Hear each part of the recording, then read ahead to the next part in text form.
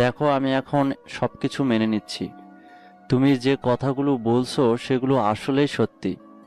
আসলে আমাদের হাত পা বাঁধা, তাই আমরা কোনো কিছু করতে পারি না। আমি চাই তুমি একটা দেশের জন্য বড় ধরনের কাজ করবে। এটা শুধু আমি না, আমাদের ডিপার্টমেন্টের সকলেই চাই। বুঝতে পারছি না আপনি কোন বিষয় নিয়ে কথা বলছেন। একটু ভালো করে বুঝিয়ে বললে আমার বুঝতে সুবিধা হতো। আমি আবার আপনাদের মতো এত ভালো বুঝতে পারি না। শোনো, তোমার বাবা ছিলেন একজন সিআইডি অফিসার, অনেক সৎ এবং নীতিবান অফিসার ছিলেন। আমরা পুরো ডিপার্টমেন্টের লোক জানি যে তুমি মাফিয়া, ঠিক আছে, তোমার কথায় পুরো আন্ডারওয়ার্ল্ড চলে। আমরা চাই তুমি সিআইডিতে ফিরে আসো। তুমি যে এই কাজগুলো তুমি এখন করছো সেগুলো বেআইনিভাবে, আইনের চোখে এগুলো ঠিক নয়। কিন্তু তুমি যদি একজন সিআইডি অফিসার হয়ে আইনের মাধ্যমে তাদেরকে শাস্তি দাও, তাহলে তোমার বাবার আত্মার শান্তি পাবে, তুমিও মানুষের কাছে অন্যভাবে পরিচয় হয়ে উঠবে। আকাশ কথাটা শুনে চেয়ার থেকে উঠে বসে পড়ে, কারণ সে একজন আন্ডারওয়ার্ল্ডের মাফিয়া কিং। আর একজন আন্ডারওয়ার্ল্ডের মাফিয়া কিংকে সিআইডি অফিসার হিসেবে তৈরি করা, এটা অনেক বড় একটা কাজ।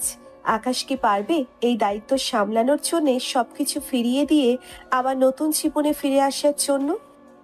দেখো, তুমি মানুষের জন্য অনেক কিছুই করেছো, মানুষের উপকার করছো, কিন্তু তুমি যে আইন নিজের হাতে তুলে নিয়েছো, এটা কিন্তু একদমই ঠিক হচ্ছে না। আর এটা ঠিক যে তুমি ছাড়া অন্য কেউ, ওই মানুষগুলোর কেউ কিছু করতে পারবে না। তাই সব কিছু চিন্তাভাবনা করেই বলছি, তুমি ছদ্মবেশে ভার্সিটিতে যাবে। তুমি একজন মাফিয়া কিং, সেই পরিচয় তুমি কখনোই দেবে না। বলে যাবে যে তুমি একজন আন্ডারওয়ার্ল্ডের মাফিয়া কিং। আজকে থেকে তোমার পরিচয় হবে একজন সিআইডি অফিসার। ঠিক আছে, আমি আপনার কথায় রাজি। শুধুমাত্র আমার বাবার কথা চিন্তা করে আমি একমাত্র রাজি হয়েছি, আর এই দেশের মানুষগুলোর জন্য। কারণ আমি জানি ওই ডেভিড কিং, ওর ঠিকানা আপনারা কেউ জানতে পারবেন না কখনোই। ঠিক আছে, তাহলে তোমাকে আমি সর্বোচ্চ পাওয়ার দিয়ে তোমাকে একটা ভার্সিটিতে পাঠিয়ে দিয়েছি। কারণ ওই ভার্সিটি থেকেই তোমাকে শুরু থেকে শুরু করতে হবে। সবকিছু পেছনে যা করেছো সবকিছুই ভুলে যাও, নতুন করে শুরু করো। Good luck. একদিন আকাশ সকালবেলা ঘুম থেকে উঠে ফ্রেশ হয়ে তাড়াতাড়ি করে নাস্তা না করেই এক প্রকার দৌড়তে দৌড়তে ভার্সিটিতে চলে আসলো। আকাশের ভার্সিটিতে আসতেই সবাই আকাশের দিকে এমন করে তাকাচ্ছে, মনে হয় আকাশ ভিন্ন কোনো গ্রহ থেকে এসেছে। এটা আর নতুন কিছু না, যেদিন ভার্সিটিতে প্রথম এসেছিল সেদিন থেকেই আকাশের দিকে এমন করে থাকে। তাড়াতাড়ি করে ক্লাসে যেতে লাগলো। হঠাৎ করে কারোর সাথে ধাক্কা খেয়ে নিচে পড়ে গেল। মেজাজটা খারাপ হয়ে গেল। তারপর তাকিয়ে দেখি ভার্সিটির সেই রাগী বজ্জাত মেয়েটা আকাশ। মেয়েটার সাথে দেখা হোক না হোক, এটাই আকাশ সবসময় চায়। এবার বুঝতে পারলো সে নিচে থেকেই আকাশকে অপমান করার জন্য ধাক্কা দিয়েছে। আকাশ কোনো কিছু না বলে উঠে মাথা নিচু করে চলে যেতে লাগলো। আর তখন আকাশকে পেছন থেকে ডাক দিল।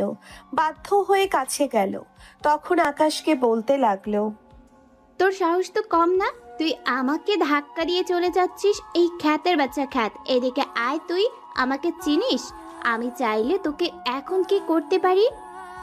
আরে আপু, আমি তো আপনাকে দেখতে পাইনি। তাহলে আপনি কেন শুধু শুধু এমনটা করছেন? আর দোষটা তো আমার নয়, দোষটা হলো আপনার। আপনি নিজেই তো আমাকে ধাক্কা দিয়েছেন, তাই না? তার মানে তুই কি বলতে চাচ্ছিস আমি তোকে ধাক্কা দিয়েছি? তোর সাহস তো কম না, তুই আমার মুখের উপর কথা বলিস। আজ পর্যন্ত কলেজের কেউ আমাকে এসব কথা বলার সাহস পায়নি। দাঁড়া, তোকে দেখাচ্ছি। তারপর আমি ছেলেটাকে একটা থাপ্পড় মারলাম। দেখুন, আপনি আমাকে শুধু শুধু থাপ্পড় মারলেন। আমি কোনো রকম অন্যায় করিনি, তবুও আপনি আমাকে থাপ্পড় মারলেন। এটার জন্য আপনাকে একদিন ঠিকই জবাব দিতে হবে। কাউকে শুধু শুধু আঘাত করা এটা অনেক বড় অন্যায় এবং অনেক বড় পাপ। তোর কথা হলো তুই আমাকে জ্ঞান দিচ্ছিস, আর আমাকে ধাক্কা দিয়ে তুই আবার বড় বড় কথা বলছিস। আজ পর্যন্ত কেউ আমার মুখের উপর কথা বলে নাই, তুই প্রথম আমার মুখের উপর কথা বললি। যা এখান থেকে, না হলে কিন্তু তোকে এখানে মেরে পুঁতে রেখে দেব। আজকে মনটা ভালো নেই, তাই তোকে ছেড়ে দিয়েছি, না হলে আজকে দেখিয়ে দিতাম। হ্যালো বন্ধুরা, যারা আমাদের গল্প শোনো তাদের সবাইকে অসংখ্য ধন্যবাদ।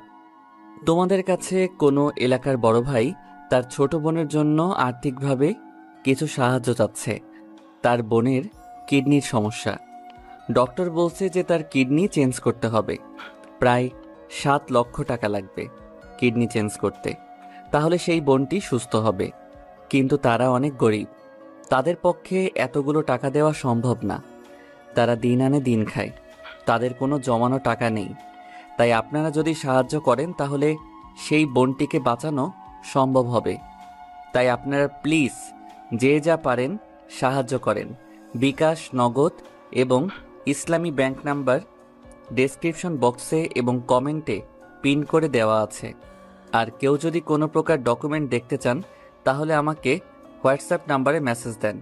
তাহলে চলেন এবার গল্পে ফেরা যাক। তারপর আকাশ সেখান থেকে চুপচাপ চলে আসলো। আর মেয়েটা হলো এই কলেজের সভাপতির একমাত্র মেয়ে, আদরের দুলালি, তাই এরকম করবেই। আর আপনারা হয়তো কোনো কিছু বুঝতে পারছেন না, আসলে আকাশ ভুল করে মেয়েটার সঙ্গে ধাক্কা খায়। আর তারপর কি হলো সেটা তো আপনারা দেখতেই পেলেন। তারপর আকাশ সোজা কাছে চলে আসলো, আর তামিমের কাছে আসার পর তামিম বলতে লাগলো, আরে দেখ দেখ, আমাদের মাঝে কে এসে হাজির হয়েছে। আমাদের মাঝে বিশিষ্ট ক্ষেত মশাই হাজির হয়েছে। দেখতে পুরোই পাগলের মতো মনে হয়। পাবনায় রেখে আসতে হবে। এই, তোদের না গাড়ি আছে? তাড়াতাড়ি করে এই ছেলেটাকে ধরে পাবনাতে নিয়ে আয়। আকাশ ওদের কথায় কোনো কথা বলল না, কারণ এরকম আকাশের সঙ্গে প্রতিদিনই করে।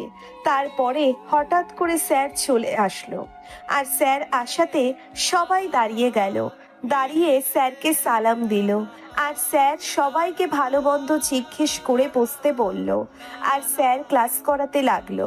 যথারীতি স্যার আকাশকে দাঁড় করালো, আর দাঁড় করিয়ে বলতে লাগলো, কি ব্যাপার, তোমাকে না আমি বলেছিলাম যে তুমি এসব কাপড় চোপড় পরে এই ভার্সিটিতে আসবে না? এরপর থেকে ভালো কাপড় চোপড় পরে আসবে, ঠিক আছে? স্যার, আমার ভালো কাপড় চোপড় পরার মতো কোনো সামর্থ্য নেই, তাই স্যার ভালো কাপড় চোপড় পরে আসতে পারবো না ভার্সিটিতে। আপনি এটার জন্য আমাকে ক্ষমা করবেন। তারপর স্যার আকাশকে আর কিচ্ছু বলল না, আর আকাশও বসে পড়ল। তারপর স্যার আবারও কাজ করাতে লাগলো, আর এভাবে সময়টা পার হয়ে গেল। আকাশ ক্লাস শেষ করে বের হতে যাবে, তখনই দেখে তামিম আকাশকে ডাক দিচ্ছে। আর আকাশ তার কাছে গেল, আর কাছে যেতেই তামিম আকাশকে থাপ্পড় মেরে বলল, কিরে, তুই কি চোখে দেখতে পারিস না? আমি যে এখান দিয়ে যাচ্ছি, আমাকে তো সালাম দেওয়ার কথা ছিল, কিন্তু তুই আমাকে সালাম না দিয়েই চলে যাচ্ছিস। দ্বিতীয়বার যেন এমন ভুল না হয়। তারপর তামিম চলে গেল। আকাশ কোনো কিছুই বুঝতে পারল না। সবাই আকাশের সঙ্গে কেন যে এমনটা করে, আকাশ খেদভাবে আছে দেখে সবাই আকাশের সঙ্গে এমনটা করবে এটা আকাশ আগে থেকেই বুঝতে পারছিল। তারপর আকাশ কোনো কিচ্ছু না ভেবে চলে আসলো বাহিরে। আর বাহিরে এসে হেঁটে যাচ্ছে আকাশ বাসার দিকে। তারপর বাসায় এসে ফ্রেশ হয়ে খাবার খেয়ে নিল, আর খাবার খেয়ে কিছুক্ষণ রেস্ট নিতে লাগলো। আর তখনই স্যার আকাশকে কল দিল। স্যার আকাশকে কল দিয়ে বলতে লাগলো, আকাশ, তোমার কাজের কতদূর এগিয়েছো? আমি কিন্তু খুব দ্রুত সম্ভব এই কেসটার সমাধান চাই। এখানে সবকিছুই জট পাকিয়ে আছে, তোমার জটগুলো আগে খুলতে হবে। বস, আমি আমার সাধ্যমতো চেষ্টা করেছি, আর আপনি কোনো চিন্তা করবেন না। আর স্যার, আমার মনে হচ্ছে যে এই কলেজের প্রিন্সিপাল, ওনাকে আমার অনেকটা সন্দেহ হচ্ছে। আমি যদি প্রমাণ হাতে পাই তাহলে কিন্তু ওনাকে সোজা উপরে পাঠিয়ে দেব। আমি তোমাকে নির্দেশ দিয়ে দিয়েছি যে এই কাজের সঙ্গে যারা যারা জড়িত আছে, এই খুনগুলোর পেছনে যারা যারা আছে, তাদের সবাইকে তুমি জীবিত অথবা মৃত ধরে আনার জন্য। তারপর আকাশ বসের সঙ্গে আরো কিছু কথা বলে কল কেটে দিল। আর কল কেটে দিয়ে আকাশ রেস্ট নিতে লাগলো। আর এভাবে সময়টা পার হয়ে গেল। রাতের বেলা আকাশ রেডি হয়ে বের হলো কলেজের উদ্দেশ্য এখন কলেজে গিয়ে আকাশকে সবটা ঘুরে ঘুরে দেখতে হবে। তারপর আকাশ চলে আসলো কলেজে। আর কলেজে এসে আকাশ ভিতরে চলে আসলো। আর ভিতরে এসে এক এক করে সবটা জায়গা ভালো করে দেখতে লাগলো। আর দেখতে দেখতে চলে আসলো আকাশ প্রিন্সিপালের রুমের সামনে। প্রিন্সিপালের রুমের সামনে এসে আকাশ কিছুটা শব্দ পেল, আর শব্দটা পেয়ে আকাশ সতর্ক হয়ে গেল। তারপর আকাশ এক পা দুপা করে সামনে এগিয়ে যেতে লাগলো। আর এগিয়ে যেতেই আকাশ ভিতর থেকে একটা মেয়ে আর স্যারের শব্দ শুনতে পেল। আকাশ আরো কাছে এগিয়ে যেতে লাগলো। আকাশ দরজার কাছে চলে আসলো। তারপর দরজার কাছে এসে আকাশ একটা ফটো দিয়ে দেখতে লাগলো দুজনেই উলঙ্গ অবস্থায় বসে বসে মদ খাচ্ছে আর কথা বলছে। শোন, তুই এখন আমাকে যে সুখ দিচ্ছিস আমি এটা কোনো দিনই ভুলতে পারবো না। আর তোর পরীক্ষার চিন্তা তোকে করতে হবে না, তোর পরীক্ষার চিন্তা আমি করব। এভাবে রোজ রোজ আমাকে সুখ দিবি? স্যার, আপনি এটা কি বলছেন? আমি তো রোজ এখানে আসতে পারবো না। এখানে আসলে হয়তো আমরা ধরা পড়ে যাব। যদি একবার ধরা পড়ে যাই তাহলে কি অবস্থা হবে সেটা একবার ভেবে দেখেছেন? শোন, আমি তোকে একটা অফার দিতে চাই। যদি তুই অফারটায় রাজি থাকিস তাহলে তোর জন্যই ভালো হবে। তুই এখন থেকে আমার হয়ে কাজ করবি। আমি তোকে যেভাবে বলবো তুই সেভাবেই কাজ করে যাবি, কারণ তোর তো টাকার প্রয়োজন, তাই না? আর তোর রূপ যৌবন সবই আছে। স্যার, আপনি আমার সঙ্গে বিছানায় আসতে চেয়েছেন, আমি বিছানায় এসেছি। সেই জন্য আপনি আমার পরীক্ষাটা ভালো একটা সার্টিফিকেট দিয়ে দিবেন, তাহলেই হবে। আর এছাড়া আমাকে তারা আপনার কি দরকার? শোন, আমার এখানে একটা গোপন জায়গা আছে। এখানে আমি মেয়েদেরকে পাচার করে থাকি। তুই যদি আমাকে প্রতি সপ্তাহের কয়েকটা মেয়ে এনে দিতে পারিস পাচার করার জন্য, সেখান থেকে তুই ভালো একটা কমিশন পাবি, যেটাতে তোর লাইফ সেট হয়ে যাবে। তুই সারা জীবন টাকার উপর শুয়ে থাকবি? বল, তুই কি আমার কথায় রাজি? কিন্তু স্যার, এটা আমি কিভাবে করতে পারি? আমি একটা মেয়ে হয়ে অন্য মেয়েগুলোকে আমি নিজের হাতে পাচার করতে সাহায্য করব? এটা অনেক পাপ কাজ। আমি এটা করতে পারবো না। তুই যদি আমার কথা না শুনিস তাহলে তোর কি অবস্থা হবে সেটা তো তুই ভাবতেই পারছিস। আর এখন থেকে আমি যেভাবে বলবো তুই সেভাবেই চলবে, কারণ তুই ছাড়া এই কাজটা কেউ করতে পারবে না। কারণ তোর সঙ্গে হোস্টেলের মেয়েরা সবাই বন্ধু, আর তাছাড়া বাহিরেও তোর অনেক বান্ধবী আছে। ঠিক আছে, আমি আপনার কথায় রাজি, কিন্তু একটা কথা, এসব যেন কেউ জানতে না পারে। আপনি যেভাবে চাইবেন, যখন চাইবেন আমি সেই সময় আসতে পারবো, কোনো সমস্যা হবে না। কিন্তু একটাবার আমার দিকেও চেয়ে দেখবেন, কারণ আমার যদি মান সম্মান চলে যায় তাহলে আমি কাউকে মুখ দেখাতে পারবো না। ঠিক আছে, আজকে থেকে তুই আমার পার্সোনাল সেক্রেটারি, বুঝতে পারছিস? আর এখন এখানে থাকার দরকার নেই, চল আমি তোকে আমার গোপন জায়গায় নিয়ে যাই, পরে তোকে ভোরবেলা হোস্টেলে পাঠিয়ে দেব। কিন্তু আপনি যে আমার দেহটা দখল করেছেন, এখন আমাকে কি কেউ বিয়ে করবে বলেন? আমি আমার নিজের ইজ্জতটা পর্যন্ত আপনার জন্য দিয়ে দিলাম। তুই যদি চাস তাহলে আমি তোর সঙ্গে সংসার করতে রাজি আছি। আমি তোকে বিয়ে করে অন্য কোথাও রেখে দেব, তুই সেখানে থাকবি, বুঝতে পারছিস? আর নতুন নতুন মেয়ে পেলে আমার কাছে নিয়ে আসিস। আমি সুখ চাই। আপনি এতটা খারাপ, এটা যদি কেউ জানতে পারে তাহলে আপনার মান সম্মান আর থাকবে না, বলে দিলাম। আমি ভাবতে পারিনি আপনি এতটা জঘন্য পরিমাণে খারাপ হতে পারেন। আরে তুই তো এখনো কোনো কিছুই জানিস না। আমি কলেজের সব ম্যাডামকে আমার পিছনে এনেছি, অনেককে প্রেগনেন্ট বানিয়ে দিয়েছিলাম, তারপর সবাই ভয় পেয়ে চুপচাপ কলেজ ছেড়ে চলে যায়। আপনি আমার সঙ্গে যা কিছু করেন না কেন, আমার ব্যাপারে কাউকে জানাবেন না প্লিজ। আমি চাই না অন্য কারো ভোগের সম্পদ হতে। আপনি যেভাবে বলেছেন আমি সেভাবেই কাজ করতে রাজি আছি। এই তো লক্ষ্মী মেয়ের মতো কথা। এখন শোন, তোর বান্ধবী আছে না হোস্টেলের, তোর সঙ্গে যে থাকে, ওকে পাচার করে দেব, সেটা তুই ব্যবস্থা করে দিবি, বুঝতে পারছিস? না, এটা হয় না। এটা আমি কখনোই করতে পারবো না, কারণ ও অনেক গরিব ঘরের মেয়ে, ওর বাবা মায়ের অনেক স্বপ্ন। প্লিজ আপনি এটা করবেন না। তুই যদি এটা না করিস তাহলে তোকে কি অবস্থা করব সেটা তো বুঝতেই পারছিস। এখন এখানে মেরে রেখে দেব তোকে, বুঝতে পারছিস? তোর ইজ্জতটা সমস্ত কিছু ভিডিও করে ভাইরাল করে দেব। প্লিজ আপনি আর এসব আমাকে বলবেন না। ঠিক আছে, আমি আমার সাধ্যমতো চেষ্টা করব আপনার সাথে কাজ করার, তবু প্লিজ আপনি আমার মান সম্মানটা নিয়ে এভাবে খেলবেন না। এই তো লক্ষ্মী মেয়ের মতো কথা। তারপর আমি মেয়েটাকে আমার মতো করে ভোগ করতে লাগলাম, আর এভাবে এই সময়টা পার হয়ে গেল। তারপর এসব শেষ করে আমি আমার টেবিলের নিচে একটা ঢাকনা সরালাম, আর ঢাকনা সরাতেই সিঁড়িগুলো বেরিয়ে আসলো। আমি মিথিলাকে নিয়ে নিচে যেতে লাগলাম। এটা নিচে গোপন আরেকটা দরজা আছে, আর নিচে আরেকটা গোপন রুম আছে। এটা তো আমি জানতাম না। এখানে মনে হয় আপনি এসব অপকর্ম করেন, তাই না? এখানে তোর মতো আরো অনেক মেয়ে আছে, ভিতরে গিয়েই দেখতে পারবি। ভিতরে আছে আরো, না হলেও তার জন্য এই 5 জন মেয়ের সঙ্গে আমি প্রতি রাতে এসব করি। শোন, এখানে আর কিছুক্ষণ থেকে পরে হোস্টেলে চলে যাবে, বুঝতে পারছিস?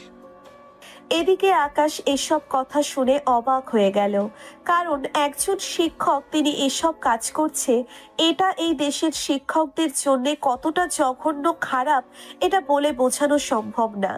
শিক্ষকদের শ্রদ্ধা করে মন থেকে ভালোবাসে সবাই, কিন্তু সেই শিক্ষক যদি এসব কাজ করে তাহলে এই শিক্ষকের জন্য সকল শিক্ষকের বদনাম হয়। আকাশ তার ফোনটা বের করে ভিডিও অন করলো, আর ভিডিও অন করে আকাশ দরজাটা বেশ কষ্ট করে খুললো। আর দরজাটা খুলে আকাশ ওই অফিস রুমে প্রবেশ করলো। আর অফিস রুমে প্রবেশ করে আকাশ ঢাকনাটা সরালো, নিচে সুড়ঙ্গ দেখতে পেল। তারপর আকাশ সেই সুড়ঙ্গের মধ্যে আকাশের পকেট থেকে একটা ছোট সিসি ক্যামেরা লাগিয়ে দিল। তারপর তাড়াতাড়ি করে সেখান থেকে চলে আসলো। আর সেখান থেকে চলে এসে আকাশ জঙ্গলে আসলো। আর জঙ্গলে এসে দেখে একটা মেয়ের লাশ পড়ে আছে। আর মেয়েটার গলায় হাত দিয়ে দেখতে পেল মেয়েটা এখনো বেঁচে আছে। তারপর আকাশ মেয়েটাকে তাড়াতাড়ি করে হাসপাতালে নিয়ে চলে আসলো। হাসপাতালে এসে মেয়েটাকে ভর্তি করলো। আর মেয়েটাকে ভর্তি করার পর আকাশ চলে আসলো বাসায়। আর বাসায় এসে সকল রিপোর্ট তৈরি করতে লাগলো। আর এসব কাজ করতে করতে কখন যে রাত 3টে বেজে গেল বুঝতেই পারলো না। তারপর আকাশ ঘুমিয়ে গেল। পরদিন সকালবেলা ঘুম থেকে উঠে আকাশ ফ্রেশ হয়ে নাস্তা বানিয়ে রেডি হয়ে সোজা কলেজে আসতে লাগলো। আকাশ আর কলেজে আসতে আসতে ভাবতে লাগলো, এই কলেজে যা হচ্ছে এটা যদি বাইরে একটা লোক জানতে পারতো কি অবস্থা হতো, সেটাই তো কথা। আর প্রিন্সিপাল, তোমাকে যে আমি কি করব সেটা তো আমি নিজেও জানি না। তোমাকে এমন শাস্তি দেব যেটা তুমি কখনো কল্পনাও করতে পারবে না। তারপর আমি কলেজে চলে আসলাম। আর কলেজে এসে ভেতরে যাব, তখনই আমাকে পেছন থেকে কেউ যেন ডাকতে লাগলো। দেখলাম তামিম। আর তামিম আমাকে দেখে বলতে লাগলো, কি রে, তোকে আমি ডাকছি, তুই শুনতে পাচ্ছিস না? এদিকে আয়, তোকে আমার একটা কাজ করে দিতে হবে। আসলে আমি এটা করতে পারছি না। তুই এই চিঠিটা নিয়ে ওই মেয়েটাকে গিয়ে দিয়ে আয়। আপনি তো এখানে বসেই আছেন, তাহলে আমাকে দিয়ে কেন এসব করাচ্ছেন? আমি এসব পারবো না, আমার ক্লাস আছে, আমি ক্লাসে যাব। তুই যদি এখন এই কাজটা না করিস তাহলে তোকে আমরা এখানে মেরেই পুঁতে ফেলবো। আর তোকে মারলে আমার কোনো কিছুই করতে পারবি না। তুই আমার ক্ষমতা সম্পর্কে জানিস না, আমার সম্পর্কে তোর কোনো আইডিয়া নেই। যেটা বলেছি সেটা কর। তারপর আকাশ মুখ বন্ধ করে চিঠিটা নিয়ে নীলার কাছে চলে আসলো। আর নীলার কাছে এসে আকাশ এই চিঠিটা দিল। আর তখন নীলা আকাশের হাত থেকে চিঠিটা নিয়ে পড়তে লাগলো। আর পড়ার পর আকাশকে ঠাস করে একটা থাপ্পড় মারলো। আর থাপ্পড় মারার পর বলতে লাগলো, কালকে তোকে আমি এতবার করে বললাম যে তুই এসব করবি না, আর আজকে তুই সাহস করে সোজা আমার জন্য লাভ লেটার লিখে নিয়ে এসেছিস। ফকিনের বাচ্চা, একটাবার নিজের দিকে তাকিয়ে দেখ তুই, তোকে পুরো খ্যাত লাগে দেখতে। তোকে কোনো মেয়ে ভালোবাসবে এটা তুই মনে করিস? আপু, আপনি বিশ্বাস করেন আমি এটা ইচ্ছা করে দেইনি। আমাকে ওই যে তামিম ভাই, সে আমাকে এটা দিয়ে বলল যে এই মেয়েটাকে দিয়ে আয়, তার জন্য আমি এটা নিয়ে এসেছি। আমি সত্যি বলছি, আমাকে দিয়ে ওরা জোর করে পাঠিয়েছে এখানে। তোদের মতো ছোট লোকদের আমার খুব ভালো করে চেনা আছে, বুঝতে পারছিস? এখন আবার মুখে মুখে কথা বলছিস, যা এখান থেকে ফকিন্নির বাচ্চা। তারপর আকাশ সেখান থেকে চলে আসলো। এখান থেকে চলে এসে সোজা ক্লাসে আসলো। আর ক্লাসে এসে আকাশ চুপচাপ বসে আছে। আর একটু পরে সবাই চলে আসলো। আর সবাই এসে যেভাবে পারে আকাশকে অপমান করছে। আকাশ সেগুলো মুখ বুজে সহ্য করলো। আর একটু পরে স্যার চলে আসে। আর স্যার এসে যথারীতি সময়টা পার হয়ে গেল। আকাশ ক্লাস শেষ করে বের হলো। আর বের হয়ে দেখি তামিম কয়েকটা ছেলের সঙ্গে আড্ডা দিচ্ছে। আর ছেলেগুলো আকাশের দেখে সন্দেহ হচ্ছে। তারপর আকাশ চুপচাপ সেগুলো না দেখে বের হতে যাবে। আর তখনই নীলা সামনে আসলো। আর নীলা সামনে এসে বলতে লাগলো, তোকে আমি এত অপমান করি তবুও তুই এই কলেজে আসিস, তোর কি লজ্জা শরম বলতে কিছু নেই? তোর জায়গায় অন্য কেউ হলে যে কোনো কিছু করতো। আসলে আপু, আমার দুনিয়াতে মা ছাড়া আর কেউ নেই। আমার কোনো ক্ষমতাও নেই এসব প্রতিবাদ করার। তার জন্য আমি চুপচাপ এসব সহ্য করি, কারণ আমি তো গরিব, তাই না? আর গরিবদের সব কিছু সহ্য করতে হয়। এই বলে আমি সেখান থেকে চলে আসলাম।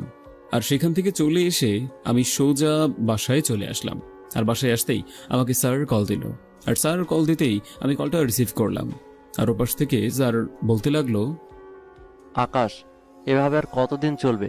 কালকে একটা মেয়েকে ধর্ষণ করে কলেজের পেছনে রেখে দিয়েছে, এমনকি তুমি সেটা হাসপাতালে নিয়ে গেছো। এভাবে চলতে থাকবে নাকি? স্যার, আপনি আমার উপর বিশ্বাস রাখতে পারেন। আমি খুব তাড়াতাড়ি ওই প্রিন্সিপালের বিরুদ্ধে অ্যাকশন নিতে পারবো। আর আমি চাচ্ছি যে সবাইকে একসঙ্গে ধরার জন্য। আমি প্রিন্সিপালকে তো চাইলে এখনই অ্যারেস্ট করতে পারি, আমার কাছে যথেষ্ট প্রমাণ আছে। কিন্তু এখন অ্যারেস্ট করলে পরে কিছুদিন পরেই আবার বাহিরে চলে আসবে, তাহলে লাভটা কি হবে? আমি জানি যে ওর বড় একটা চক্র আছে। আমি সেই চক্রটাকে ধরতে চাই। আর কিছু করার নেই স্যার, আমি আমার সাধ্যমতো চেষ্টা করছি। ঠিক আছে, তুমি যেহেতু আমাকে ফোর্সের কথা বলেছিলে, আমি ফোর্স পাঠিয়ে দিয়েছি। তোমার সঙ্গে তারা যোগাযোগ করবে, বুঝতে পারছো? আর তোমার যেভাবে ইচ্ছে তুমি সেভাবে অপারেশন করতে পারো, কোনো সমস্যা নেই। আর যদি কোনো কিছু প্রয়োজন হয় তাহলে আমাকে বলবে, আমি যথাসম্ভব চেষ্টা করব তোমাকে সব কিছু দেওয়ার জন্য। তারপর আকাশ স্যারের সঙ্গে আরো কিছু কথা বলে কল কেটে দিল। আর কল কেটে দিয়ে আকাশের মতো ল্যাপটপে কাজ করতে লাগলো। আর এভাবেই সময়টা পার হয়ে গেল। আর বিকালবেলা আকাশ রেডি হয়ে বের হলো ছদ্মবেশে। আর ছদ্মবেশে বের হতেই আকাশ একা একা রাস্তা দিয়ে হাঁটতে লাগলো। আর তখনই আকাশের সামনে একটা গাড়ি থামলো। আর গাড়িতে আকাশ উঠে পড়লো। তারপর গাড়ি থেকে আকাশকে জুবায়ের বলতে লাগলো, স্যার, আমরা তথ্য পেয়েছি যে আজকে একটা ট্রাক ভর্তি মাদক এই শহরে ঢুকবে। এই মাদকগুলো কোথা থেকে এসেছে সেটা আমরা জানতে পারিনি। এখন কি করব স্যার? ট্র্যাকটা যদি এই রাস্তা দিয়ে আসে তাহলে আমরা এখান থেকে অ্যাটাক করতে পারি। আর যদি ট্র্যাকটা সীমান্তবর্তী থেকে আসে তাহলে আমরা এই শহরের শেষের মাথায় জঙ্গল দিয়ে অ্যাটাক করতে পারি। আমাদের জন্য ভালো হবে জঙ্গল দিয়ে অ্যাটাক করার জন্য, বুঝতে পারছো? আর তোমরা 7 জন সবাই যে যার মতো সেট হয়ে যাবে। আমি না বলা পর্যন্ত কোনো কিছু করবে না। আমাদের এখন অপেক্ষা করতে হবে সেই কাঙ্ক্ষিত সময়ের জন্য। জি স্যার, আপনি যেভাবে বলবেন সেভাবেই কাজ করব। আর আপনি এতদিন ধরে আমাদের লিডার আছেন আর সব সময় থাকবেন, কারণ আপনার অপারেশনগুলো সত্যি সাকসেসফুল হয়। আমরা অনেকজনের সঙ্গে কাজ করেছি, কিন্তু আপনার মতো লিডার আমরা পাইনি। আপনি সত্যি জিনিয়াস স্যার। আমরা 7 জন সিদ্ধান্ত নিয়েছি যে আমরা এখন থেকে অন্য কারোর সঙ্গে কাজ করতে পারবো না। আমরা স্যারকে অ্যাপ্লিকেশন দিয়েছি, আমরা এখন থেকে আপনার সঙ্গে কাজ করব। আমাদের সবসময় মনে রাখতে হবে যে আমরা মাফিয়ারা, আমরা যে যার দায়িত্ব পালন করে যাব। সবাই এখানে বন্ধুর মতো, ঠিক আছে? এখানে এত ফর্মালিটি করার কোনো দরকার নেই। আমরা সবাই দেশের জন্য কাজ করছি, মানুষের জন্য কাজ করছি। আর এতে যদি আমাদের মৃত্যুও হয় তবুও আমরা সেটা সদরে গ্রহণ করে নেব, বুঝতে পারছো? আর জুনিয়র মাফিয়াদের সাথে ভালো ব্যবহার, এটা সিনিয়র অফিসারের একটা দায়িত্ব বলতে পারো। কারণ সিনিয়ররা যদি জুনিয়রদেরকে বুঝিয়ে না দেয়, তাদের সঙ্গে খারাপ ব্যবহার করে, তাদের ভালোটা না বোঝে, তাহলে ওরা কি করে কাজ করতে পারবে? ওরা কি করে অপারেশন করতে পারবে? জি স্যার, আপনি সত্যি কথা বলেছেন। স্যার, এই যে দেখেন, একটা মেয়েকে কেউ যেন তুলে নিয়ে যাচ্ছে। মেয়েটাকে আমার চেনা চেনা লাগছে। ও হ্যাঁ, এটা তো রফিক চৌধুরীর একমাত্র মেয়ে। আরে জুবায়ের, এটা হলো আমার কলেজের সভাপতির মেয়ে, নাম নীলা। তাড়াতাড়ি গাড়িকে ফলো করো। আর এটা শুধু মেয়ে নয়, এটা হলো তোমাদের ভাবি, ওকে? ও, তার মানে এটাই আমাদের ভাবি, যার কথা আপনি সব সময় মনে করেন একা একা। তা ভাবি কিন্তু আসলেই অনেক সুন্দর। কি বলিস তোরা? আচ্ছা ড্রাইভার, তাড়াতাড়ি গাড়ি চালাও। তারপর ড্রাইভার তাড়াতাড়ি করে ওদেরকে ফলো করতে লাগলো। আর ওদেরকে ফলো করতে করতে বেশ একটা নিরিবিলি জায়গায় চলে আসলো। তারপর গাড়ি থেকে আকাশের লোকেরা সবাই নামলো। আর নেমে সবাইকে গুলি করতে লাগলো। যথারীতি গুলি কাউকে মারলো না, কিন্তু ওদেরকে ভয় দেখাতে লাগলো। আর ওরা ভয়ে গাড়ি থামিয়ে দৌড়ে পালিয়ে যেতে লাগলো। আর আকাশ সবাইকে বলল ধরার জন্যে। তারপর আকাশ নীলাকে নামিয়ে জুবাইরকে বলল গাড়িতে তুলে দেওয়ার জন্য। নীলা আকাশের দিকে এক ধ্যানে তাকিয়ে আছে। কি ব্যাপার ম্যাম, আপনি এভাবে ওনার দিকে তাকিয়ে আছেন কেন? উনি আমাদের নতুন স্যার, বুঝতে পারছেন? আসুন, আমি আপনাকে নামিয়ে দিয়ে আসছি। না, আসলে ওনাকে কেমন যেন আমার চেনা চেনা লাগছে, কিন্তু কোনোভাবেই মনে করতে পারছি না ওনাকে আমি কোথায় দেখেছি। উনি কি এখানেই থাকেন নাকি? আর আজকে যদি আপনারা না থাকতেন তাহলে আমার যে কি অবস্থা হতো। তারপর আমি বাবাকে কল দিলাম গাড়ি পাঠানোর জন্য, আর একটু পরে বাবা গাড়ি পাঠিয়ে দিল। তারপর আমি গাড়িতে করে সোজা বাসায় চলে আসলাম। আর বাসায় আসতেই বাবা বলল, কি ব্যাপার মা, তোকে আমি সবসময় বলি যে তুই সবসময় বডিগার্ড নিয়ে চলবি। এখন দেখতে তো পাচ্ছিস, যদি ওই সময় মাফিয়াগুলো না থাকতো তাহলে তোকে কি করতো। এখন থেকে তুই বডিগার্ড ছাড়া কোথাও যাবি না। বাবা, আমি বডিগার্ড নিয়ে কোথাও যেতে পারবো না, কারণ ওদের যন্ত্রণায় আমি পুরো অস্থির হয়ে যাই, বুঝতে পারছো? আর ওরা আমাকে কিডন্যাপ করে নিয়ে যাচ্ছিল শুধুমাত্র তোমার কারণে। তোমার উপর শত্রুতা ওদের, তাই আমার উপর অ্যাটাক করেছে। এতে তো বোঝাই যাচ্ছে। আরে মারে, আমি তোকে যেটা বলছি তুই সেটা কর। এত জেদ কেন করছিস? মানছি যে ওরা আমার ওপর অনেকটা ক্ষেপে আছে, আমার যে কোনোভাবে ক্ষতি করার চেষ্টা করছে, কিন্তু তোকে তো একটু সেফ থাকতে হবে, তাই না? বাবা, আমি নিজের মতো লাইফটাকে রাঙিয়ে নিতে চাই, আমি এসব চাই না। আর এসবে থাকতে থাকতে আমি দিন দিন অহংকারী হয়ে যাচ্ছি, এটা আমি খুব ভালো করে এখন বুঝতে পারছি। এই বলে আমি আমার রুমে চলে আসলাম। আর রুমে এসে ফ্রেশ হয়ে শুয়ে পড়লাম। আর কিছুক্ষণ পরেই খালা এসে আমাকে খাবার দিল। খালা আমাদের বাসায় সেই ছোটবেলা থেকে কাজ করে। আমি যখন ছোট তখন থেকেই আমাকে মানুষ করেছে। মা তো মারা গেছে সেই কবে। আমি ভাবতে লাগলাম আমি আজকে এটা কাকে দেখলাম। আমার মনে হচ্ছে এটা কেউ ছদ্মবেশে আছে, কারণ দাড়িগুলো উঠে যাচ্ছিল, কেমন চেনা চেনা লাগছে, কিন্তু কোনোভাবেই মিলাতে পারছি না এই মানুষটাকে যে আমার জীবনটা বাঁচালো। কলেজের ওই নতুন ছেলেটা নয় তো, যাকে আমি কয়েকদিন ধরে অপমান করছি? কিন্তু সেই ছেলেটা কি করে হবে? সেই ছেলেটা তো কখনোই এটা হতে পারে না। দেখে তো অনেক সহজ সরল মনে হয়। ধ্যাৎ, আমার মাথায় তো কোনো কিছুই আসছে না। এদিকে আকাশ আবারও সেই কাঙ্ক্ষিত জায়গায় যেতে লাগলো। আর যেতে যেতে প্রায় অনেক সময় পার হয়ে গেল। তারপর প্রায় 1 ঘন্টা পর সেই জঙ্গলে চলে আসলো। আর জঙ্গলে এসে আকাশ অপেক্ষা করতে লাগলো। সেখানে কিছুক্ষণ পরেই দেখতে পারলো একটা গাড়ি এই দিক দিয়েই যাচ্ছিল।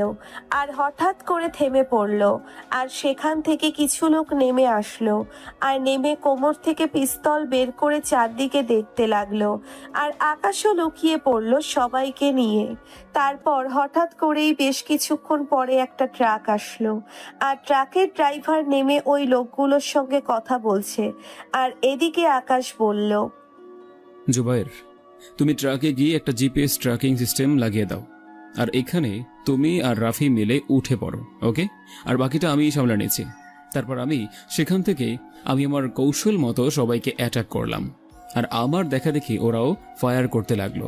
আর এভাবেই প্রায় অনেকক্ষণ ফায়ার করার পর দেখলো ওরা সবকিছু রেখে পালিয়ে যাচ্ছে। তারপর আমি ট্রাকের ড্রাইভারটাকে ধরলাম। আর ট্রাকের ড্রাইভার থেকে ধরার পর আমি মারতে লাগলাম। আর মারতে মারতে প্রায় হাত করে ফেললাম বেশ সবকিছু। পরে আমাকে বলতে লাগলো, আমাকে আর মারবেন না ভাই, আমি নির্দোষ, আমি এসবের কোনো কিছুই জানি না। ওরা আমাকে টাকা দেয়, আমি শুধুমাত্র মালগুলো নিয়ে ডেলিভারি দিই, তাছাড়া আমি এগুলো কোনো কিছুই জানি না। আমি জানি তুই এই গ্যাংয়ের সঙ্গে প্রায় অনেক দিন ধরে কাজ করছিস। তোকে সমস্ত পুলিশ মাফিয়ারা ভালো করেই লক্ষ্য করেছে, বুঝতে পারছিস? আমরা মাফিয়ারা এত বোকা নই। আমরা যদি বোকা হতাম তাহলে আমাদেরকে এই চাকরিটা দেওয়া হতো না। আমি সত্যি কথা বলতে চাই, আমাকে ছেড়ে দিন, আমি নির্দোষ, এসবের কোনো কিছুই জানি না। ওরা আমাকে যা বলে আমি শুধুমাত্র তাই করি টাকার বিনিময়ে, এছাড়া আর কিছুই না। তুই যদি এখন আমাদেরকে সত্যি কথাগুলো না বলিস তাহলে তোকে এখানেই মেরে ফেলবো আমি। আর আমাদের কথা না শুনলে আমরা কি করতে পারি, কিভাবে কথা বের করতে পারি সেটা তো ভালো করে জানিস। আসলে আমি এই মালগুলো রাঙামাটি থেকে নিয়ে আসি, আর এই মালগুলো আমি শুধুমাত্র কলেজের সামনে রেখে আসি, আর কলেজের সামনে থেকে কিছু লোক সেগুলো ভিতরে দিয়ে যায়, কিন্তু এগুলো কোথায় রাখে সেটা আমি জানি না। ঠিক আছে, তুই যেহেতু কলেজের ব্যাপারটা জানিস না, তাহলে এগুলো কোথা থেকে আনা হয় সেগুলো আমাকে দেখিয়ে দে। চল আবার সঙ্গে। আর রাঙামাটি, আর যদি আমাদের কথা মতো না শুনিস, আমাদেরকে ধোকা দেওয়ার চেষ্টা করিস, তাহলে কি অবস্থা হবে সেটা তো তুই বুঝতেই পারছিস। আমি আপনাদের সত্যি কথাই বলছি, আর আমি যে আপনাদের কাছ থেকে ধরা খেয়েছি এটা যদি ওরা জানতে পারে তাহলে আমার অনেক বড় ক্ষতি করে ফেলবে। আমার পরিবার আমার উপর নির্ভরশীল, আমার যদি কোনো কিছু হয়ে যায় তাহলে আমার পরিবার পথে বসে যাবে। তা তুই এখন এটা বুঝতে পারছিস কেন? তুই ভালো মতো হালাল কাজ করে খেতে পারিস না? ওদের সঙ্গে কেন তোর যোগ দিতে হলো? আর তুই জানিস তুই এসবের পেছনে একদিন না একদিন ধরা খেতেই হবে। আমি খুব ভালো করে জানতাম যে এসব পুলিশরা কখনোই করতে পারবে না, কারণ পুলিশকে ওরা কিনে নিয়ে গেছে। আমাকে মাফ করে দিন, আমি আপনাদেরকে সবকিছু বলে দিচ্ছি, সবকিছু দেখিয়ে দিচ্ছি, আসেন আমার সঙ্গে। তারপর আকাশ স্যারকে কল দিল, আর কিছুক্ষণ কল হওয়ার পর স্যার কলটা রিসিভ করলো, আর আকাশ স্যারকে বলল হেলিকপ্টার পাঠানোর জন্য এমার্জেন্সি, আর স্যার আকাশকে ঠিক আছে বলে কল কেটে দিল। তারপর এভাবেই সময়টা পার হলো, আর কিছুক্ষণ পরেই হেলিকপ্টার চলে আসলো। তারপর আকাশ জুবাইরকে বলল, জুবাইর, তুমি এই মালগুলো নিয়ে সোজা থানায় চলে যাও, আর এগুলো স্যারকে সকল হিসেবপত্র আমি দেব, বুঝতে পেরেছ?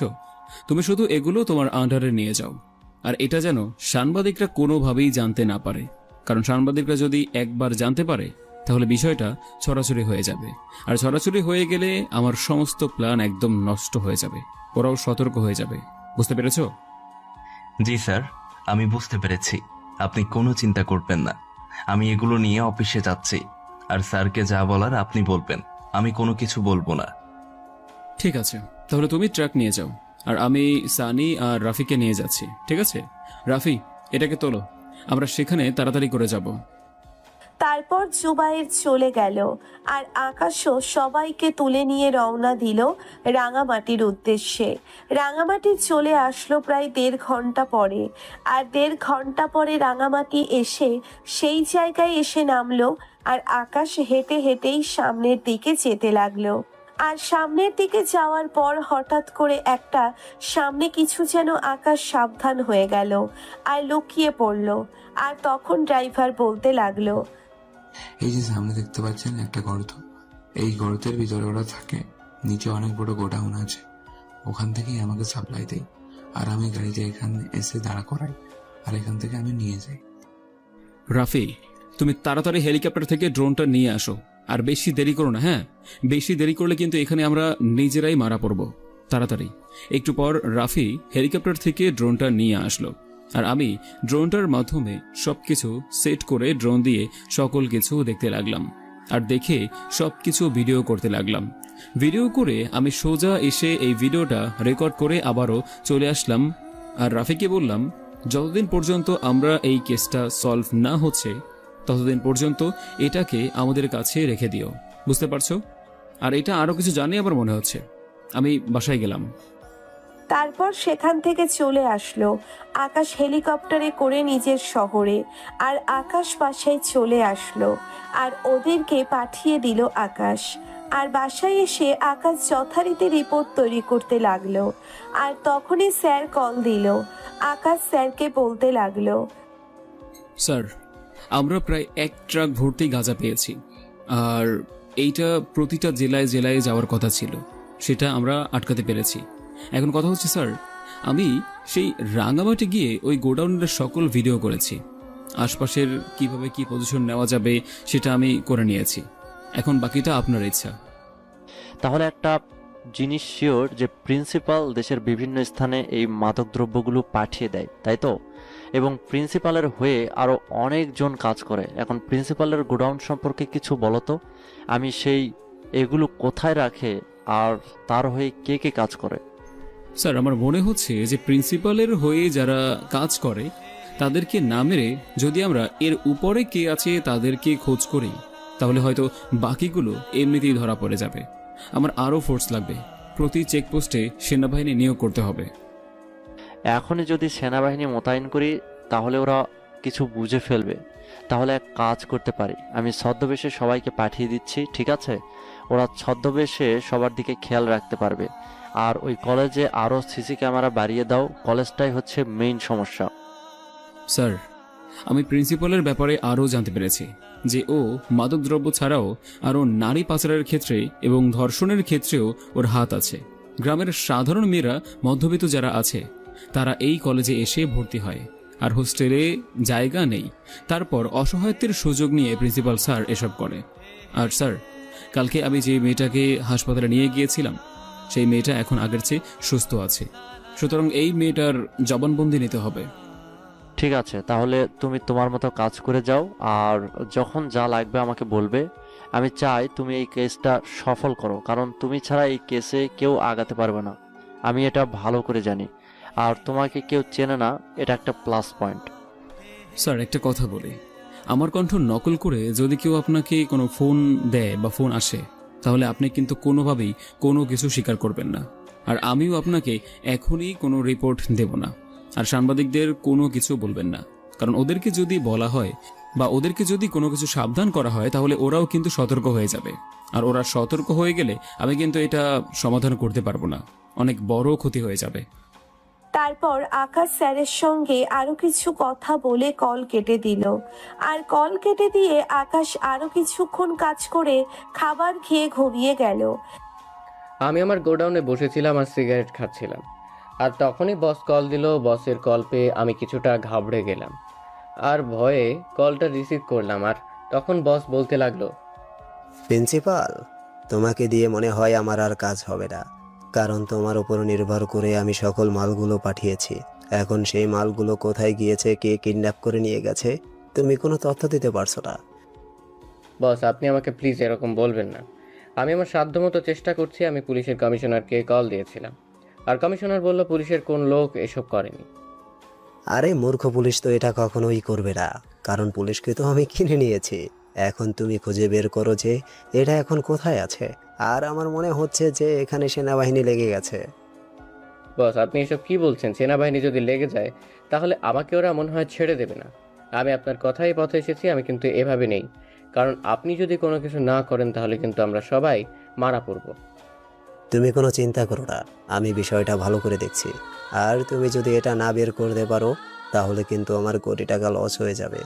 অলরেডি আমার কোটি টাকা লস হয়ে গেছে, আর ড্রাইভারকে কোনো কল দিয়ে পাওয়া যাচ্ছে না। আমার মনে হচ্ছে যে এটা সিআইডি টিম ধরে ফেলেছে। এটা নিয়ে গোপনে তথ্য বের করো, প্রকাশে বিষয়টা কখনোই আনবে না। আর আমি এমপিকে কল দিয়ে দিয়েছি, এমপি আরেকটা চালান তোমাকে এনে দিবে। বস, আপনি যদি দেশে আসেন তাহলে অনেক ভালো হয়, কারণ অলরেডি কিন্তু আমাদের অনেক টাকা লস হয়ে গেছে। আমার কলেজে কোনো মেয়ে পাচ্ছি না আপনাকে দেওয়ার মতো। বাংলাদেশি মেয়েদের অনেক চাহিদা আছে, তুমি তাড়াতাড়ি আমাকে কিছু মেয়ে পাঠাও। আর যেভাবে পারো তুমি সেভাবে পাঠাবে। দরকার পড়লে তুমি তোমার নিজের আসল রূপটা দেখাও, তবুও আমার মেয়ে চাই। আর এমপি তোমার সঙ্গে কথা বলবে। ঠিক আছে বস, আপনি কোনো চিন্তা করবেন না। আমি কাল পরশুর মধ্যে আরেকটা চালান দিচ্ছি আপনাকে। কিন্তু বস, বর্ডার পার করতে অনেকটা কষ্ট হচ্ছে, কারণ ওরা অনেক টাকা চাইছে। আপনি যদি একটু কথা বলে দিতেন তাহলে ভালো হয়। এটা নিয়ে তোমাদের চিন্তা করতে হবে না, এটা আমি সকল কিছু ব্যবস্থা করে ফেলেছি। আর এমপি তো এখানে আছে, এমপি বর্ডার পর্যন্ত নিয়ে যাবে। তুমি শুধু এমপিকে মেয়েগুলোকে দিবে, আর তোমার কাজ নেই। এখন আমার কাছে এমপি আর তুমি ছাড়া কিন্তু আর কেউই নেই। আমি কাউকে বিশ্বাস করতে পারছি না। বস, আপনি কোনো চিন্তা করবেন না। আমি দেশের প্রতিটা কোনায় কোনায় লোক লাগিয়ে দিয়েছি, আর আপনি ভালো করে জানেন যে আমার অনেক লোক আছে। আপনি কোনো চিন্তা করবেন না। তুমি কিন্তু আমাকে কোনো কিছু বোঝাতে এসো না, কারণ তোমাকে এ পর্যন্ত নিয়ে এসেছি এটা শুধুমাত্র আমার কারণে, বুঝতে পারছো? আর তোমার লোকের কথা আমাকে দেখিও না। তোমাকে আমি যেটা কাজ করতে বলেছি তুমি সেটা করো। আর আমি সময় হলে দেশে ফিরবো, আর দেশে ফিরলেই পুরো দেশটাকে জ্বালিয়ে পুড়িয়ে ছারখার করে দিব। ঠিক আছে বস, তাহলে আমি এখন রাখছি, আর আপনি কোনো চিন্তা করবেন না, আমি বিষয়টা ভালো করে দেখছি, ঠিক আছে? আর সিআইডি এর কাছ থেকে আপনিও একটা সাবধানে থাকবেন। তারপর কল কেটে দিলাম, আর কল কেটে দিয়ে আমি মিথিলার উপর শুয়ে পড়লাম। আর তখন মিথিলা বলল, স্যার আপনি এতটা পচা আর আপনি এতটা খারাপ, এটা যদি আমি আগে জানতাম তাহলে আমি আপনার কলেজে কখনোই ভর্তি হতাম না। আচ্ছা আপনি একটা আমাকে তথ্য দিতে পারবেন, আপনি এ পর্যন্ত কয়টা মেয়ের সঙ্গে থেকেছেন আনুমানিক? ঠিক আছে, তুই যেহেতু এত করে জানতে চাচ্ছিস, তাহলে আমি তোকে বলি, আমি এ পর্যন্ত অনেক ছাত্রীকে ধর্ষণ করেছি, আর ধর্ষণ করে তাদেরকে ভয় দেখে তাদের মাকেও পর্যন্ত ধর্ষণ করেছে, এমন রেকর্ডও আমার আছে। স্যার আপনি তো খুব ভালো করেই জানেন যে এসব কাজ ভালো নয়, কিন্তু তবু আপনি এসব কাজ কেন করেন? আপনি তো ভালো থাকতে পারতেন, তাই না? আপনি আমাকেও নষ্ট করে দিলেন, আমার লাইফটাও কত সুন্দর ছিল। আমার ছোটবেলা থেকেই এরকম ইচ্ছে ছিল যে আমি অনেক বড় কিছু হব, এবং আমি সেটাই হয়েছি, বুঝতে পারছি। আর এই কলেজে শুধুমাত্র জয়েন করেছি আমি এসব করার জন্যই, বুঝতে পারছিস? এখন এত কথা বলবি না, কালকে তুই ওই হোস্টেলের 2টা মেয়েকে এনে দিবি, আমি ওদেরকে পাঠিয়ে দেবো, এখন যা তুই। আমি কোনো কথা না বলে কাপড় চোপড় পরে সোজা হোস্টেলে চলে আসলাম। আমার জীবনটা এতটা খারাপ হয়ে যাবে এটা আমি কখনোই ভাবিনি। যে বিশ্বাসের জন্য আমি স্যারের কাছে গিয়েছিলাম, এখন সেই স্যার আমাকে পুরোটা শেষ করে দিল। আমি এখন বাসায় কী করে মুখ দেখাবো সেটাই চিন্তা করছি। আমার লাইফটা কতটা সুন্দর ছিল। আমি বিছানায় শুয়ে শুয়ে কান্না করতে লাগলাম। আমি আর কত অপকর্ম করব, কেউ কি নেই আমাকে বাঁচানোর জন্য? আমি তেমন কাউকেই বলতে পারছি না, যদি বলি তাহলে আমাকে ওরা মেরে ফেলবে। জানি না আমার এখন কি করা উচিত, আমার কোনো কিছুই মাথায় আসছে না। এদিকে আকাশ সকালবেলা ঘুম থেকে উঠে ফ্রেশ হয়ে নিল, আর ফ্রেশ হয়ে তাড়াতাড়ি করে নাস্তা করে আকাশ কলেজে চলে আসলো। আর কলেজে এসে আকাশ চুপচাপ বসে আছে, আর তখনই কোথা থেকে যেন নীলা এসে আকাশের পাশে বসে বলতে লাগলো, কিরে, তোকে যে আমি কালকে দেখলাম তুই একটা পথ শিশুকে খাবার খাওয়াচ্ছিস। আচ্ছা, তোর কাছে তো টাকা নেই, তাহলে তুই কেন খাওয়ালি বলতো? এসব কি প্রশ্ন করছেন আপনি আমার কাছে? আর এটা তো একটা স্বাভাবিক একটা বিষয়, আমি তো প্রায় এটা করি, আর ওরাও আমাকে অনেক আগে থেকেই ভালো করে চেনে। আমি তো শুধুমাত্র এমনিতেই কথা বলতে আসলাম, কিন্তু কিভাবে যে আগে কথা বলি সেটাই তো বুঝতে পারছি না। আগে তো ওর সঙ্গে আমি খারাপ ব্যবহার করে কথা বলতাম, কিন্তু এখন কি করে কথা বলি এসব আমি মনে মনে বলতে লাগলাম। আর তখনই সে উঠে চলে যেতে লাগলো, আর তারপর আমি হঠাৎ করে তার ব্যাগটা পেছন থেকে টেনে ধরলাম। আচ্ছা একটা কথা বলি, তুই কি আমার বন্ধু হতে পারবি? আরে আপনি আমাকে এসব কেন বলছেন? আর আপনি না আমার সঙ্গে আগে অনেক খারাপ ব্যবহার করতেন, এখনো ঠিক আমার সঙ্গে সেভাবেই খারাপ ব্যবহার করবেন। আপনার সেই ব্যবহারটাই আমার কাছে অনেক ভালো লাগে, ঠিক আছে? আর তাছাড়া আপনি কেন আমার বন্ধু হবেন? আমি তো এইভাবেই ভালো আছি। আর তাছাড়া কলেজের সবাই আমাকে ঘৃণা করে, সেখানে আপনি আমার বন্ধু হতে চাচ্ছেন, এটা কি মেনে নেওয়া যায় বলেন? আমি এখনো আপনাকে বিশ্বাস করতে পারছি না, সত্যি কথা বলতে এটাই। জানি না কেন জানি আমি কালকে রাতে একটু ঘুমাতে পারিনি, সারা রাত তোর কথা মনে হয়েছে, তাই আমি তোর সঙ্গে বন্ধুত্ব করতে এসেছি। এখনো আমার কেমন যেন লাগছে, আমি কোনোভাবেই নিজেকে বোঝাতে পারছি না।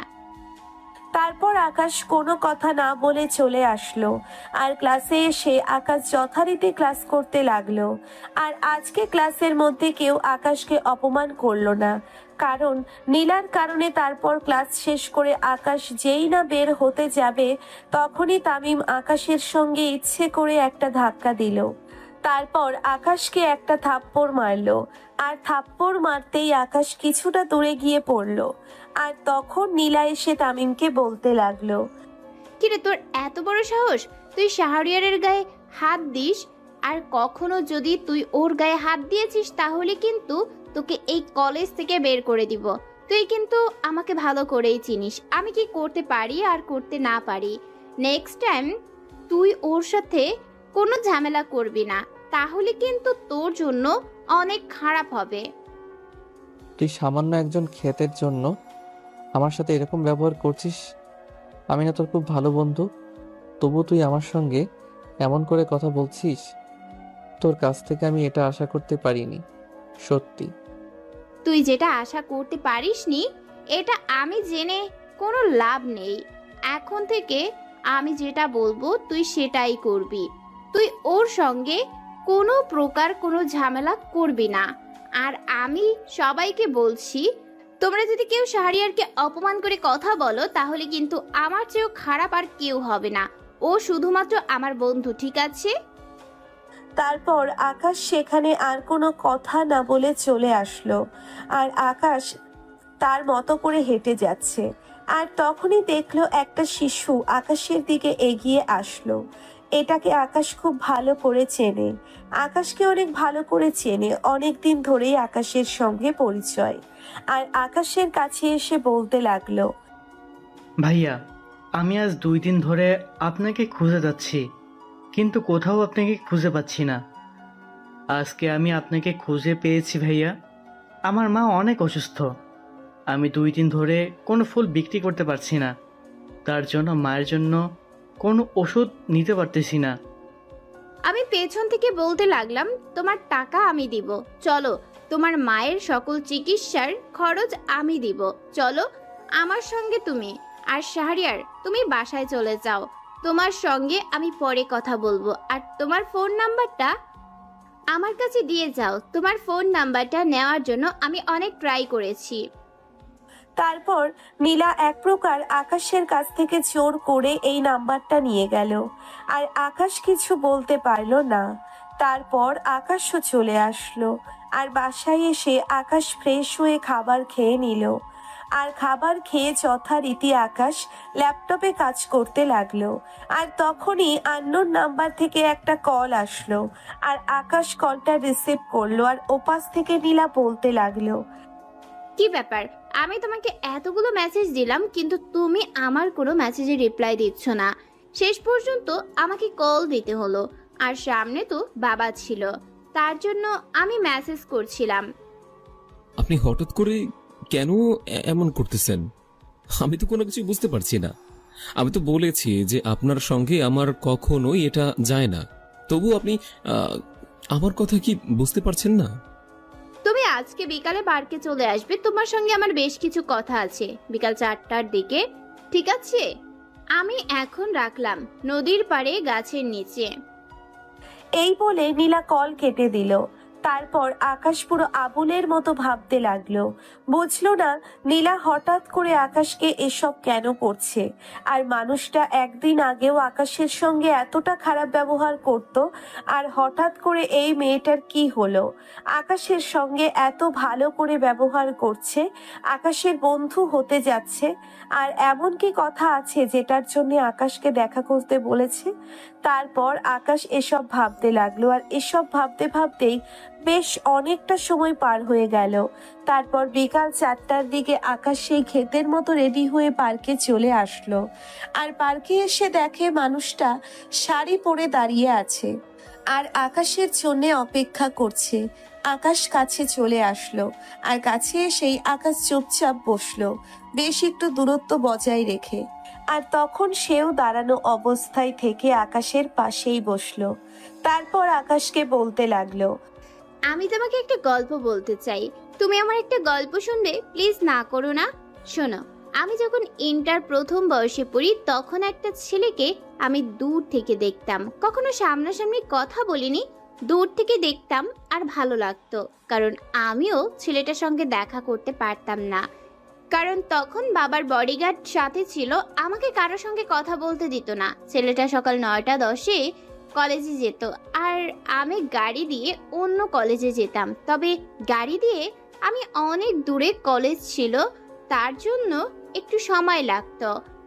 আমি ছেলেটাকে সব সময় দেখতাম বন্ধু বান্ধবের সঙ্গে আড্ডা দিয়ে কথা বলতে বলতে যেত, কেন জানি ভালো লাগতো, কিন্তু চেহারাটা কখনোই স্পষ্ট দেখতে পাইনি। তারপর এভাবে বেশ অনেকটা দিন পার হয়ে যায়। আর একদিন দেখি সে সেখানেই আড্ডা দিয়েছে। তারপর একদিন আমি তাকে খুব ভালো করে লক্ষ্য করলাম, আর যেটুকু ভেবেছিলাম সেইটুকু। তারপরে এভাবে ইন্টারের প্রথম বর্ষটা কেটে যায়।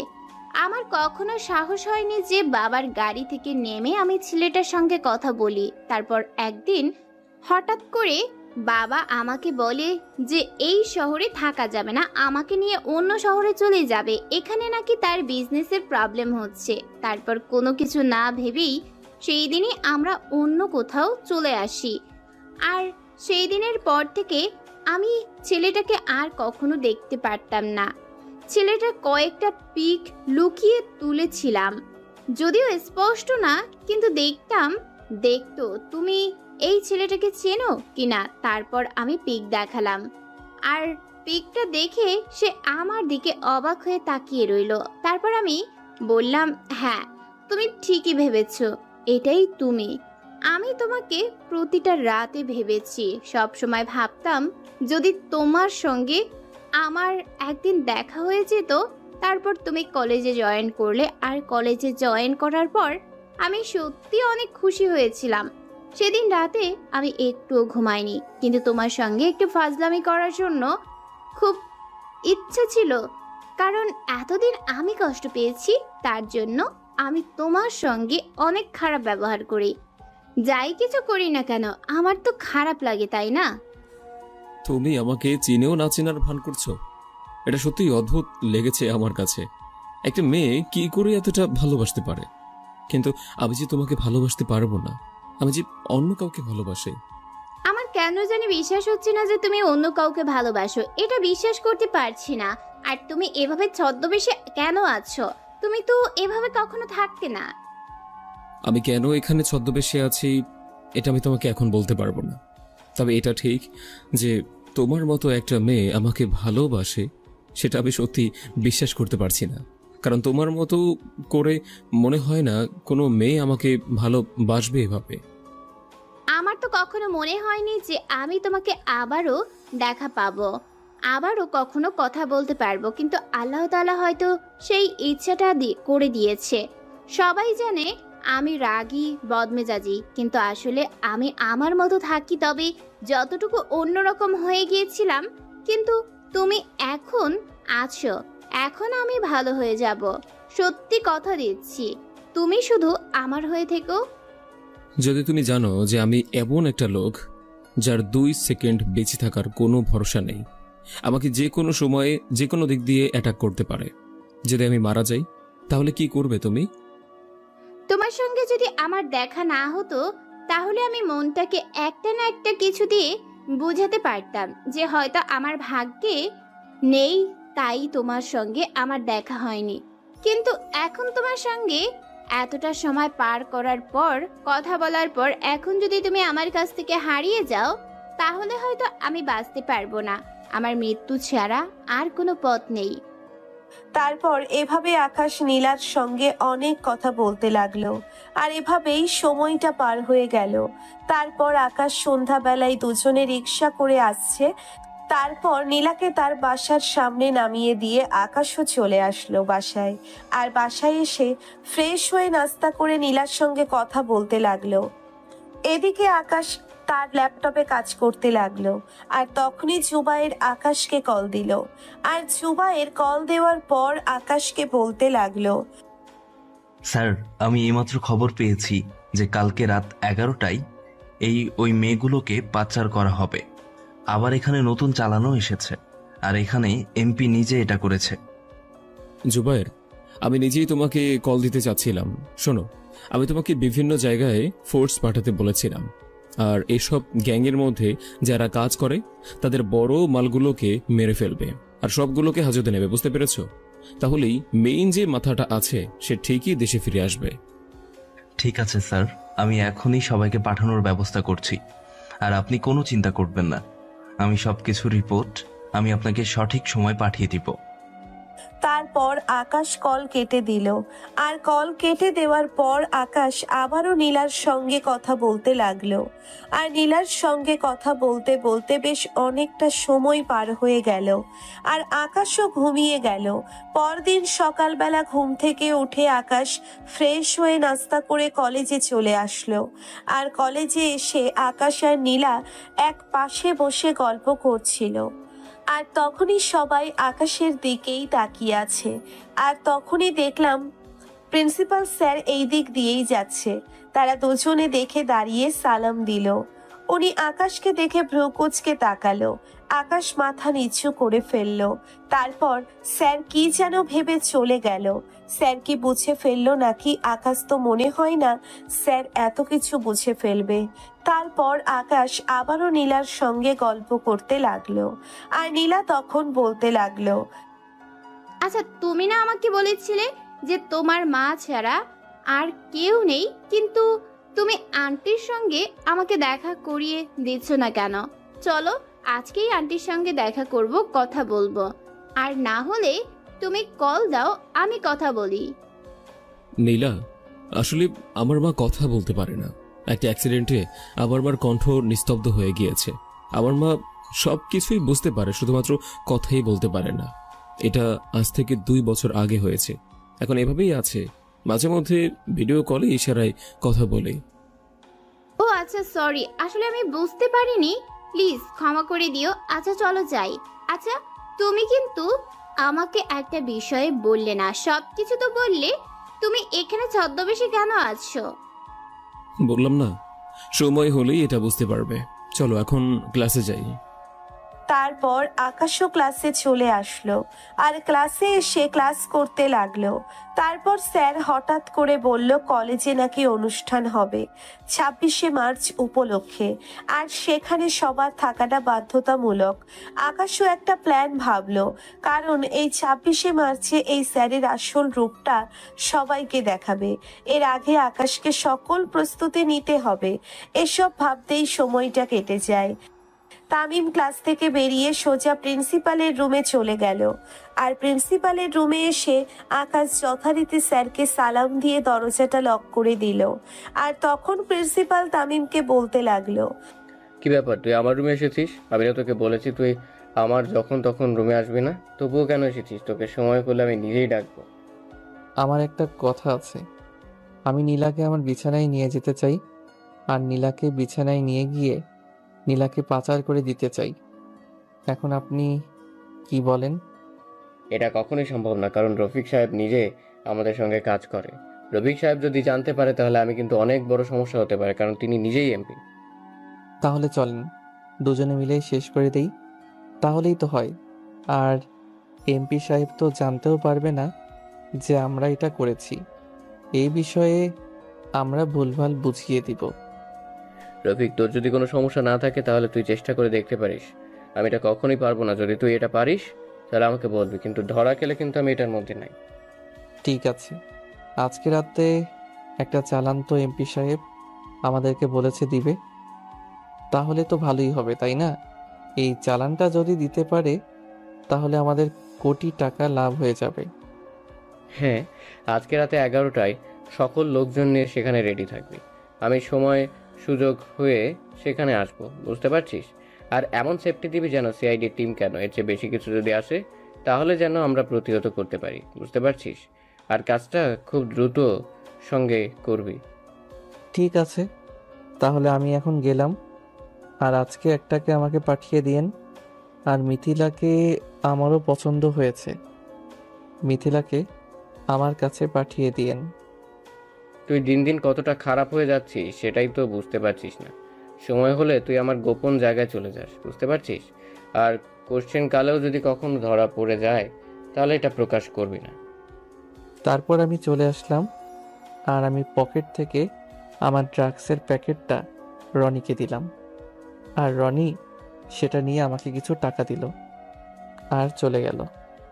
এদিকে আমি নীলার সঙ্গে হেঁটে হেঁটে বাসায় ফিরছিলাম, আর তখন নীলা বলল, এই যে দেখো, ফুচকা খাবো, প্লিজ না করো না। আমার অনেক দিনের ইচ্ছে ফুচকা খাবো তোমাকে নিয়ে, কিন্তু সেটা পূরণ হচ্ছে না। এ মামা, ফুচকা দিয়েন, অনেক বেশি ঝাল করে। এইসব খাওয়া যে ভালো নয়, তুমি কেন খাবে শুধু শুধু? আর এই এত দূর থেকে তুমি এই ফুচকা অর্ডার দিচ্ছ? সত্যি তোমাদের মেয়েদের যে ফুচকা দেখলে কি হয় সেটাই তো বুঝতে পারে না। আর এত ঝাল খেলে অবস্থা কিন্তু তোমার খারাপ হবে, বলে দিলাম।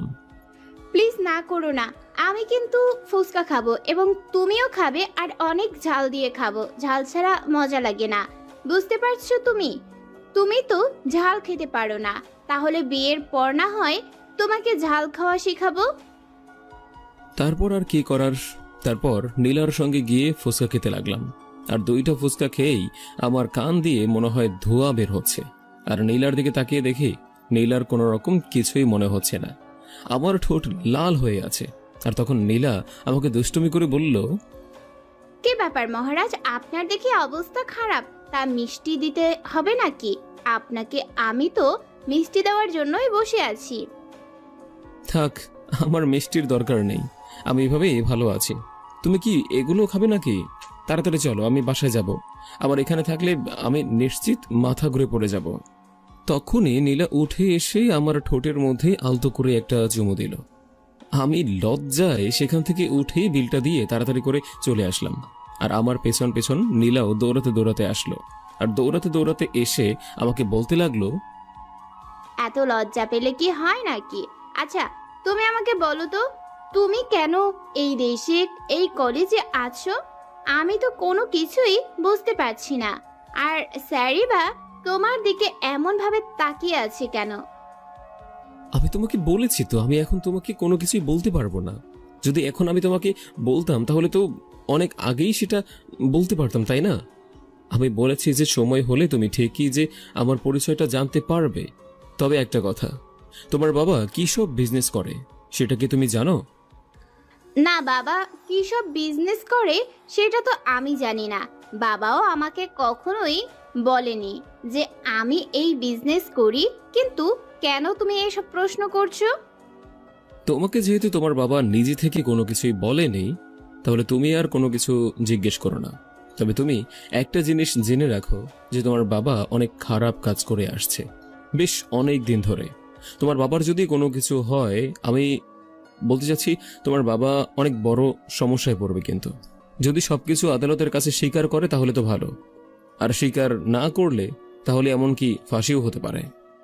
এটা শোনার পর প্রতিটা মেয়ের কাছে কতটা খারাপ লাগবে সেটা আমি জানি, এবং তুমিও বুঝতে পারছো যে আমার কতটা খারাপ লাগছে। কিন্তু আমার বাবা যদি আইন লঙ্ঘন করে থাকে, আমার বাবা যদি কোনো খারাপ কাজ করে থাকে, তাহলে আইন তো সবার জন্য সমান, তাই না? তো আমি চাইবো যে আইন তার মতো শাস্তি দেখ। কিন্তু আমি তো ওনার মেয়ে, তার জন্য একটু কষ্ট লাগবেই, কারণ এতদিন আমাকে বাবাই সব করেছে। সেই ছোটবেলায় মা মারা গিয়েছে, তারপর থেকে বাবা আমাকে কোনো অভাব বুঝতে দেয়নি। ঠিক আছে, আজকে তুমি আমার বাসায় চলো। আজকে তুমি আমার পরিচয় জানতে পারবে। তারপর আমি নীলাকে নিয়ে আমার ফ্ল্যাটে চলে আসলাম। আর আমার ফ্ল্যাটে এসে নীলা অবাক হয়ে তাকিয়ে আছে। আর আমি আমার ল্যাপটপটা অন করে নীলাকে দেখাতে লাগলাম। আর নীলা কোনো কথা বলতে পারছে না। আর কিছুক্ষণ পর নীলা কান্না করলো। আর আমি নীলাকে কফি বানিয়ে এনে দিলাম। আর তখন নীলা বলতে লাগলো, তুমি একজন সিআইডি অফিসার, তোমার উপর যে দায়িত্ব দেওয়া হয়েছে তুমি সেটাই পালন করবে।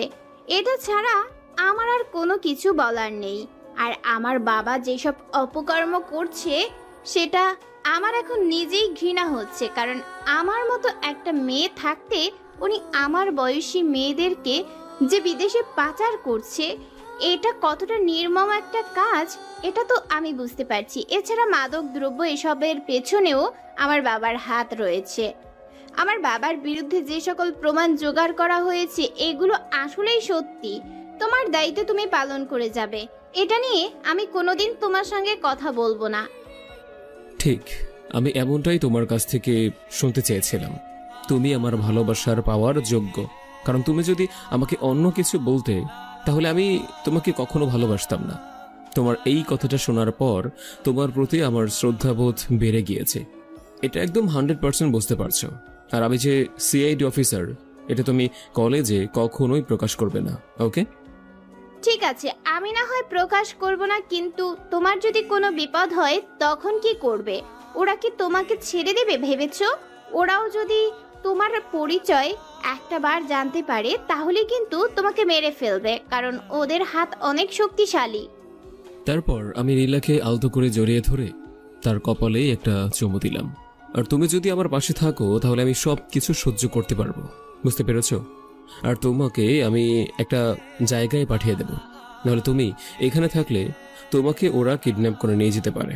আর আমি তোমাকে আমার মায়ের কাছে পাঠিয়ে দিচ্ছি। আমার মা কিন্তু কথা বলতে না পারলেও সবকিছু ঠিক আছে, অনেক মজার মানুষ, ওকে? ঠিক আছে, তাহলে আমি বাবাকে কোনো কিছুই জানাবো না। আমি এখনই তোমার মায়ের কাছে চলে যেতে চাই।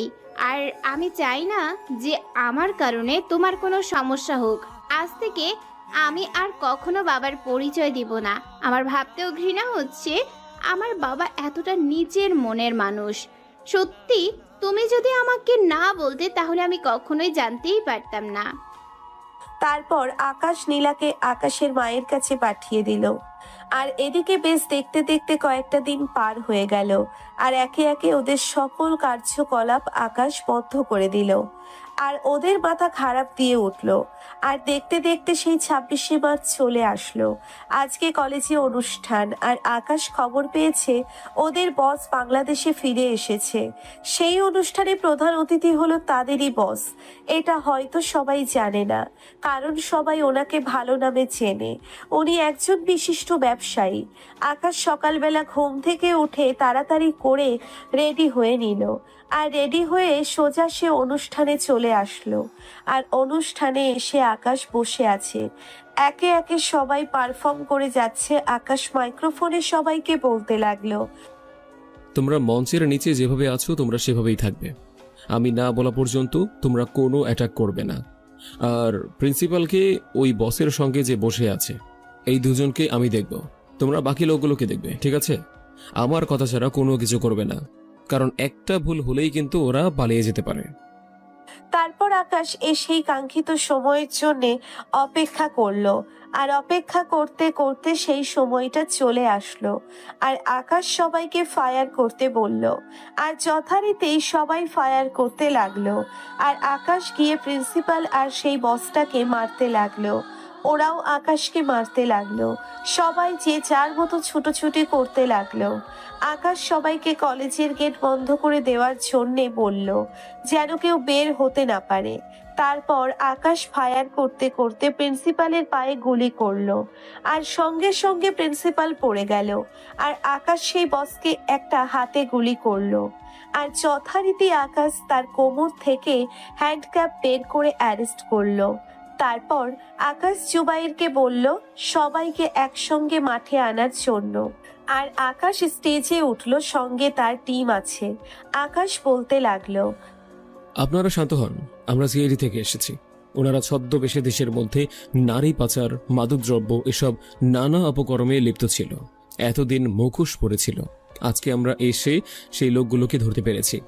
আর আমাদের এই অপারেশনের পিছনে বিশেষ অবদান হচ্ছে বাংলাদেশ সেনাবাহিনী। আপনাদেরকে সত্যি আমার অন্তরের অন্তরস্থল থেকে ধন্যবাদ জানাচ্ছি। তারপর সবাই হাততালি দিতে লাগলো। আর আকাশ সবাইকে নিয়ে চলে আসলো। আর আকাশকেও স্যারেরা অনেক সম্বর্ধনা দিতে লাগলো। তারপর এসব করতে করতেই একটা দিন পার হয়ে গেল। আর আকাশও ছুটি নিয়ে সরাসরি বাড়িতে চলে আসলো। আর বাড়িতে এসে দেখে আকাশের মায়ের সঙ্গে নীলা বেশ গুরুত্বপূর্ণ সম্পর্ক গড়ে তুলেছে। তারপর যথারীতি তাদের বিয়েটা পারিবারিকভাবেই বিয়ে হয়ে গেল। আর এখন আকাশ দাঁড়িয়ে আছে বাসর ঘরের সামনে।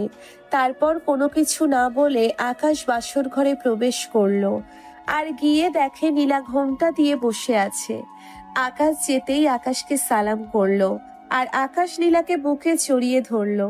আর তখন নীলা বলতে লাগলো, আমার বাবার হয়তো ফাঁসি হবে, কিন্তু সেটা আমার কোনো দুঃখ নেই।